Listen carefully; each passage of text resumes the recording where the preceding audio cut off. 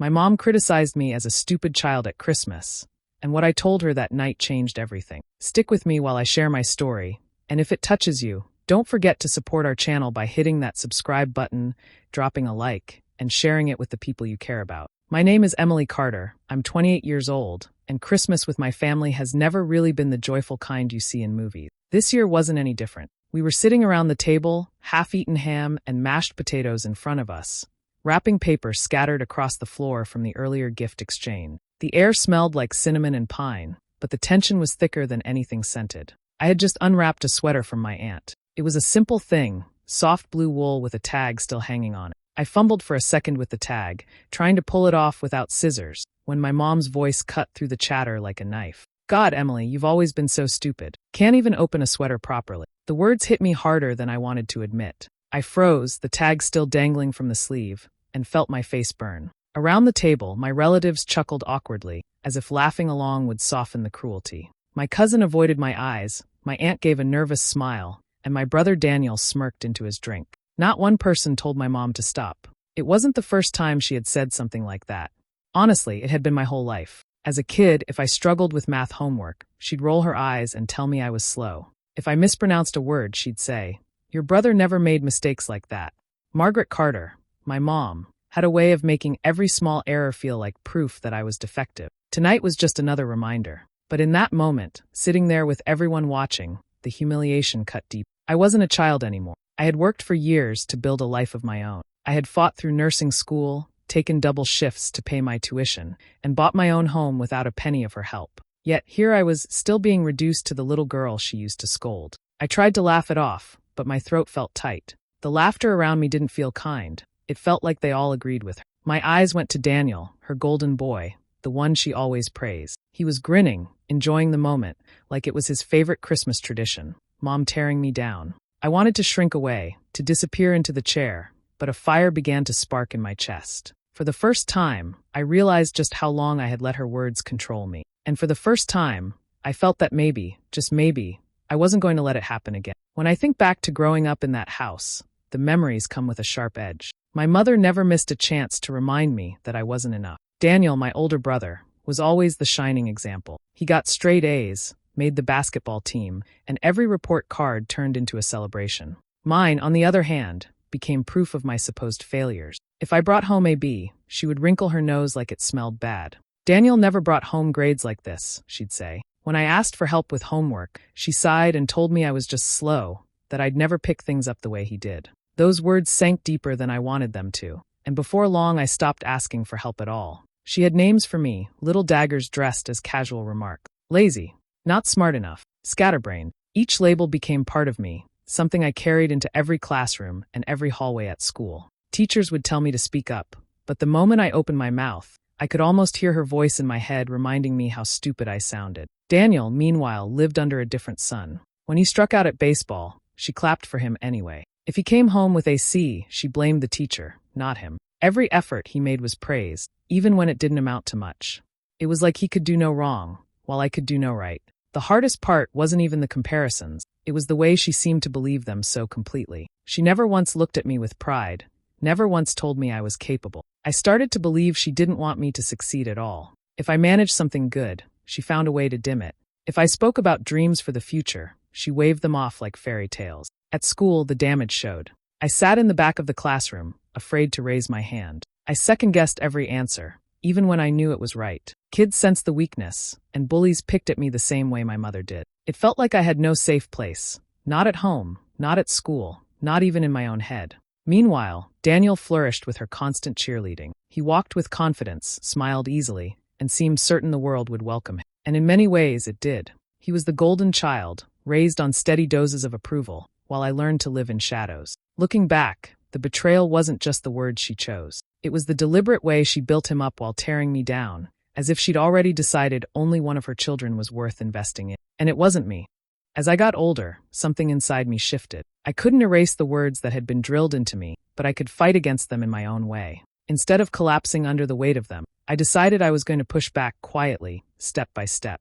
I told myself that if my mother couldn't see anything valuable in me, I would have to create proof she couldn't ignore. The first real test came after high school. I didn't ask for money, didn't beg for guidance.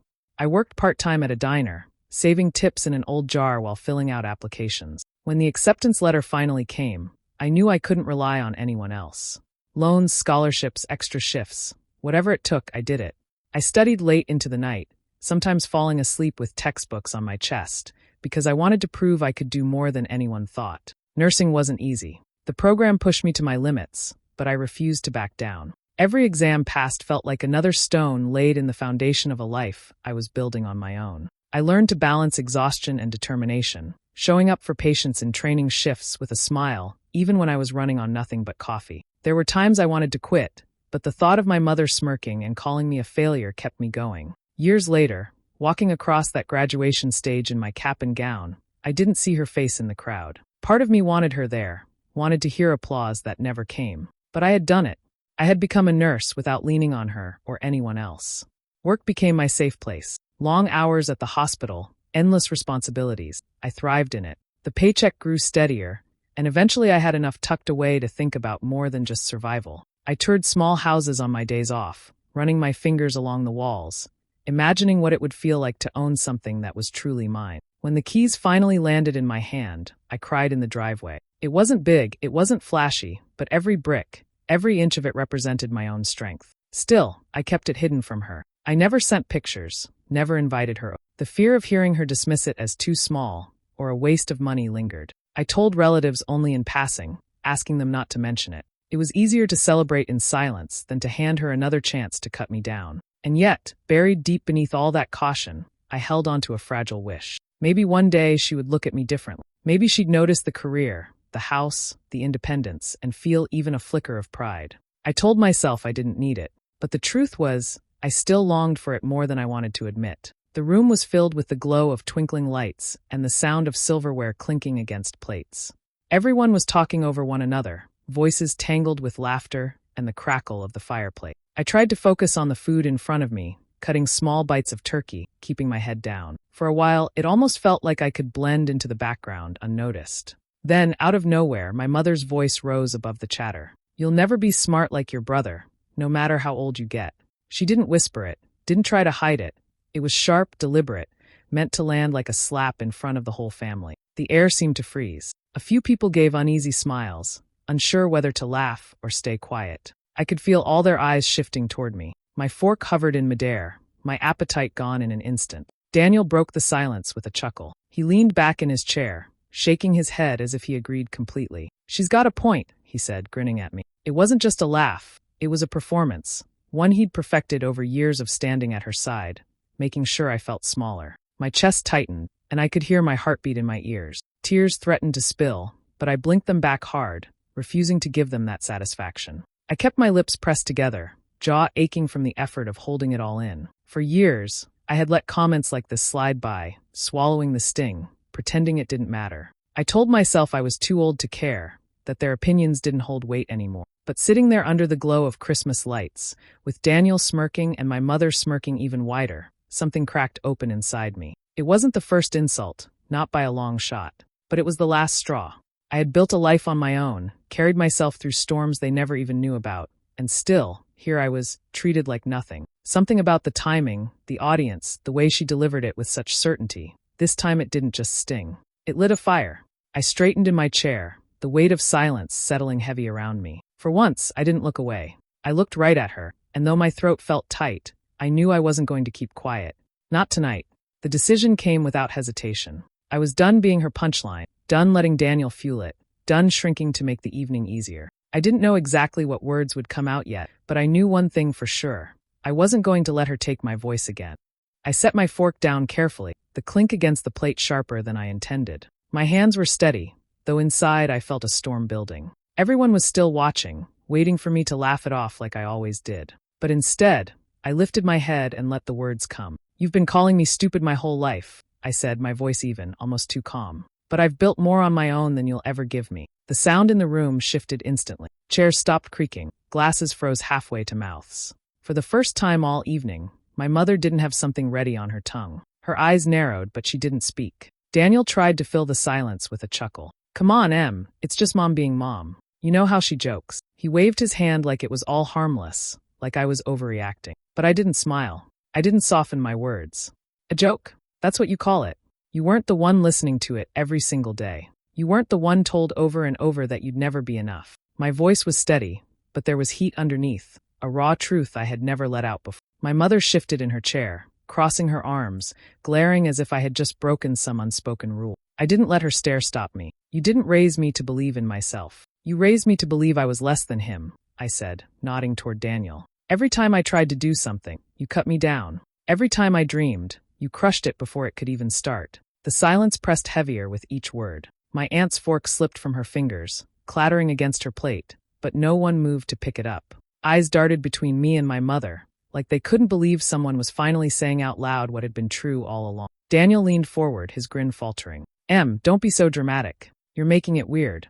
I looked at him and shook my head. Weird is pretending this hasn't been happening my whole life. Weird is watching it happen and laughing along. His face reddened, and for once he had nothing clever to add. I turned back to my mother, who still hadn't spoken. You thought I'd stay quiet forever, but I won't. Not tonight. The weight of the moment sat on the table between us, heavier than the untouched food. For the first time, I saw something flicker in her eyes. Anger, yes, but also surprise. She hadn't expected me to stand up, and I knew I wasn't finished yet. I drew in a slow breath, the quiet around the table giving me all the space I needed. My voice was steady, but each word carried weight I'd been holding back for years. You think I've done nothing. You think I'm still the kid you could tear apart. But let me make something clear. I paused, letting my gaze sweep across the faces staring at me. I bought my house. Every brick, every board, every bill, it's mine. No mortgage hanging over me, no handouts. Just my own work. Aunt Linda's eyebrows lifted. My cousin's mouth fell open slightly. My mother's expression didn't change, but her knuckles whitened as she gripped her napkin. I kept going. I worked my way through school, and I didn't just scrape by. I built a career. I'm head nurse now. I manage a whole team, and I earn more than enough to stand on my own. There was a faint murmur around the table. Someone shifted uncomfortably in their chair. My mother's lips pressed tighter together, but she still hadn't spoken. Then I turned toward Daniel. And while you've been worshiping him all these years, let's talk about the truth. He's still living under your roof. He's buried in debt. He can't even keep a job longer than a few months. But somehow, I'm the one you keep calling stupid. Daniel's face flushed crimson. That's not, he started, but his voice cracked and he stopped. He glanced at the others, but no one came to his defense this time. I looked straight at my mother then, not flinching. So tell me again, I said, each word sharp and deliberate. Who's stupid? The words hung in the air like a bell that wouldn't stop ringing. The silence was thick, only broken by the creak of a chair as someone shifted uncomfortably. For the first time all night, I noticed heads nodding. My uncle gave a small grunt of agreement. My aunt looked at me with something close to sympathy. Even my younger cousin, who had been glued to his phone most of the evening, glanced up and gave me a single, quiet nod. It was as if the entire room had finally woken up, seeing what I had carried all along. My mother blinked rapidly, her jaw tightening, but she still refused to speak. Daniel opened his mouth again, but quickly shut it when he realized no one was laughing with him anymore. I sat back in my chair, pulse racing, but for the first time, I didn't feel small. The truth was out, raw and undeniable, and there was no stuffing it back into silence. My mother's silence didn't last. Her face turned red, and when she finally spoke, her voice cut through the air like broken glass. How dare you talk to me like that? You're disrespectful. After everything I've done, this is how you repay me?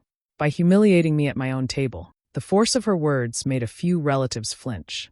She slammed her hand on the table, rattling the glasses, as though the noise alone might drown out what I'd just said. Daniel jumped in almost immediately, leaning forward with that same protective swagger he always used when defending her. She's right, Em. You're crossing the line. Mom's just being honest, and you're twisting it into something else. You're making her sound like the bad guy when she's always taken care of us. I opened my mouth, but before I could speak, Uncle Ron let out a dry laugh. Taken care of you, maybe, he said, his eyes fixed on Daniel. You're 31 and still living off her. You haven't paid a bill in your life. Daniel stiffened, his grin vanishing. That's not true, he started, but Aunt Linda cut him off. It is true, and you know it. Emily worked for everything she has. You've been coasting, and your mother's been covering for you. A ripple of murmurs spread around the table, the first signs of long-held thoughts finally bubbling to the surface. Daniel's cheeks burned as he looked from one relative to the next, waiting for someone to back him up. But no one did. My mother's eyes widened with fury. She pointed at me like I was the source of all the poison now spilling out. You see what you've done? You've ruined Christmas. You've turned everyone against us with your lies. You just couldn't leave well enough alone, could you? Her words might have gutted me once, but not tonight. I sat up straighter, meeting her glare without blinking. I didn't ruin anything. I just stopped pretending. If the truth makes you uncomfortable, that's not my problem. Her mouth opened as if to lash back again, but I didn't give her the chance. I'm done, I said firmly. I'm done begging for you to see me, to be proud of me, to treat me like I matter. I've wasted too many years chasing something you'll never give. I don't need your approval anymore. The silence that followed was heavy, but for the first time, I felt no shame in it. No tears pressed at the back of my eyes, no lump in my throat. I wasn't the timid girl at the edge of the room anymore. I was standing on my own ground, and nothing she said could take that away. I pushed back my chair, the legs scraping against the hardwood, louder than I intended but fitting for the moment. Every eye followed me as I stood. My plate was still half full, the holiday meal untouched, but I didn't care. I reached for my coat draped over the back of the chair, slipping it on without rushing. My mother was still fuming, Daniel's jaw tight with anger, but I had no interest in hearing another word. I'm leaving, I said simply, my voice steady. I don't owe anyone here another minute of my time. No one moved to stop me. A few relatives shifted awkwardly, but not a single person rose from their seat. The room felt heavy, like the air had been sucked out, yet my steps toward the door were light. I had spent years sitting through scenes just like this one, swallowing my pride, pretending it didn't hurt. But tonight, I was finished with all of it. The cold air hit me as soon as I stepped outside. My breath curled in the night, snowflakes drifting down onto the quiet street. I walked to my car, hands trembling slightly as I fished for the keys. But it wasn't fear anymore. It was adrenaline, it was release. The engine hummed to life, headlights casting a glow on the frost-covered driveway. I pulled out slowly, leaving the house behind me. As the distance grew, the tension began to loosen. A knot I hadn't realized I'd been carrying for years started to unravel. Sadness clung to me at first, a hollow ache in my chest. This was supposed to be family, a place of safety, and instead it had always been a battlefield. Driving through the quiet streets lined with Christmas lights, I couldn't help but feel the loss of what I never really had. But layered beneath the sorrow was something else, something stronger. For once, I had stood my ground. I hadn't let her words define me, not this time. That was the real victory. Not a sharp comeback, not the shock on their faces, but the proof that I no longer lived under her control. With every mile I put between myself and that house, the weight grew lighter. I rolled down the window despite the chill, letting the wind sting my face, welcoming the sharp bite of freedom. It dawned on me then, revenge wasn't about cutting her down with insults of my own. It was about showing her, and everyone else, that I had carved out a life of worth she could never take from me. She had tried for years to keep me small, but I wasn't small anymore. For the first time in my life, I gripped the wheel and felt powerful. I wasn't running away, I was moving forward, and she couldn't follow. The weeks after that night felt strangely quiet. I kept waiting for the phone to ring, for the storm to follow me home, but instead there was silence. At first, it was unsettling, like standing in the eye of a hurricane, but soon it became something else, peaceful. Then slowly, messages began to trickle in. My aunt called one evening, her voice low and apologetic. She admitted she should have spoken up at the table, that she had seen the pattern for years, but never had the courage to confront it. Another relative sent me a card in the mail, a handwritten note tucked inside. You were brave. I'm sorry we let you stand alone. I hadn't expected any of it. For so long, it felt like the whole family accepted the way things were, laughing along, staying silent. Hearing them finally acknowledge, it was both comforting and bittersweet. It didn't undo the past, but it showed me that maybe, just maybe, I hadn't been crazy to feel hurt all those years. Daniel, on the other hand, vanished. No texts, no calls, no chance encounters. If I saw his name pop up in a family group message, he stayed quiet, never addressing me directly. I imagined his embarrassment, the sting of having his freeloading pointed out in front of everyone. For once, he couldn't hide behind charm or jokes. And then there was my mother. Not a word, not even a cold message to scold me. Relatives hinted that she was furious, telling them I had been out of line, insisting I had humiliated her in front of everyone. But I didn't chase her. I didn't defend myself. I didn't beg for her to see it differently, because something inside me had shifted that night. For the first time, I realized I didn't need her voice in my life, her approval, her praise. It had always been a moving target, one I could never reach no matter how hard I tried. Letting go of that chase was like unclenching a fist I hadn't realized had been tight for decades. I threw myself into work, where my efforts were valued. My team respected me, my patients trusted me, and each day ended with the knowledge that I had made a difference. That mattered more than any hollow compliment she could have given. At home, I allowed myself to enjoy the quiet evenings in the house I had earned. I cooked simple meals, curled up with books I never had time for before, and let the silence wrap around me like something healing instead of lonely. I wasn't waiting for her call anymore. I wasn't waiting for her to finally see me. The truth was simple. I had built a life without her approval, and that life was enough. Months passed, the seasons shifting from the gray of winter into the bright green of spring. I had fallen into a rhythm that felt steady and calm. Long shifts at the hospital, quiet mornings in my own kitchen, evenings where I didn't have to brace for criticism. For a while, it almost felt like the past had loosened its grip on me. Then the phone rang. I recognized the number immediately. My mother's name glowed on the screen, and for a moment I just stared at it. She hadn't called once since Christmas. My thumb hovered, part of me ready to send it to voicemail. But something made me answer. Her voice came sharp at first, but with an edge of desperation she couldn't hide. She told me Daniel was in trouble, credit cards maxed out, bills piling up, collectors calling. He needed help, and she expected me to step in. "You've got money now," she said. "You can cover some of this. Family takes care of family." I listened, letting the words settle, calm as still water. When she finally paused, waiting for me to agree, I spoke softly but firmly. "You always said I was stupid. Maybe you should ask your smart son to help you." There was nothing on the other end. No scolding, no snapping comeback. Just silence. For the first time in my life, my mother had no words. I didn't wait for her to recover. I ended the call, setting the phone down gently on the counter. My hands didn't shake. My heart didn't race. Instead, I felt light, as if something I had been carrying for years had finally been set down for good. It hit me then. This was the real victory. Not raising my voice, not throwing her insults back at her, but living in a way that proved her wrong every single day. I had built a life without her, a strong one, a steady one. That was revenge enough. I walked to the window, sunlight spilling across the floor, and let myself smile. It wasn't sharp, it wasn't bitter. It was pure, quiet freedom. I was no longer her shadow. I was my own. Do you think I made the right choice by walking away, or should I have given them another chance? Let me know in the comments. I'd love to hear your thoughts. And don't forget to subscribe for more stories.